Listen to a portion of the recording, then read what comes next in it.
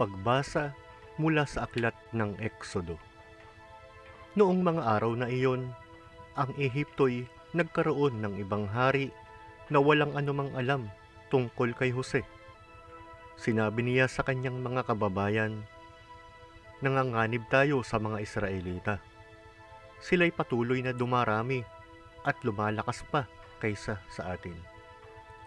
Kailangang gumawa tayo ng paraan para mapigil ang kanilang pagdami. Baka tayo salakayin ng ating mga kaaway at umanib pa sila sa mga ito at pagkatapos ay umalis sa ating lupain." Kaya't naglagay sila ng mababagsik na tagapangasiwa upang pahirapan ang mga Israelita. Ibinagawa ng paraon sa mga ito ang mga lungsod ng Pitom at Ramses, lungsod na tinggalan ng mga pagkain at kagamitan. Ngunit habang sinisikil, lalo namang dumarami at lumalaganap ang mga Israelita, kaya't sila'y kinapuotan at kinatakutan ng mga Ehipsyo. Dahil dito, ang mga Israelita'y lalong sinikil at pinahirapan ng mga Ehipsyo sa paggawa ng tisa at ng iba't ibang mabibigat na gawaing bukid. Iniutos naman ng paraon sa mga Ehipsyo na itapon sa ilog Nilo ang lahat ng lalaking isisilang ng mga Hebreya at bayaan lamang mabuhay ang mga babae. Ang salita ng Diyos. Salamat sa Diyos.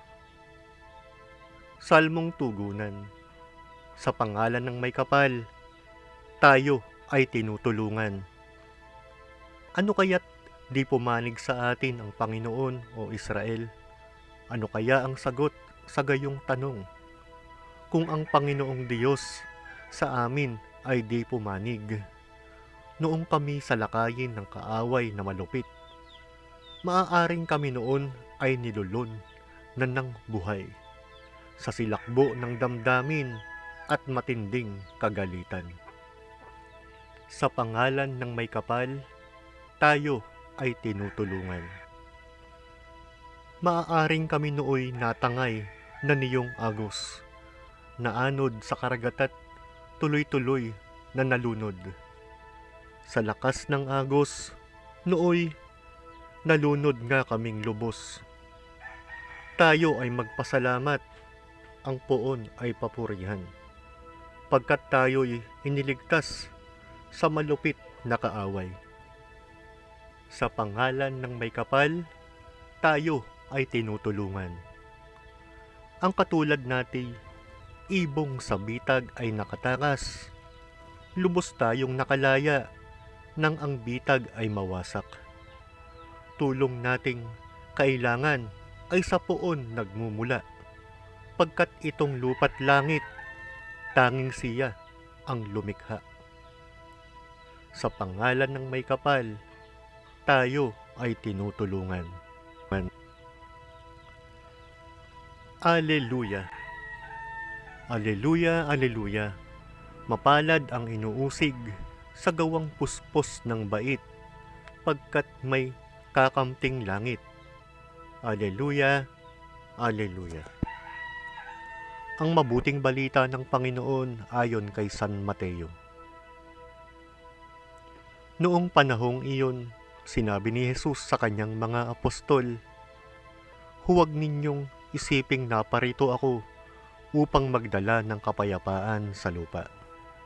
Naparito ako upang magdala ng tabak, hindi kapayapaan.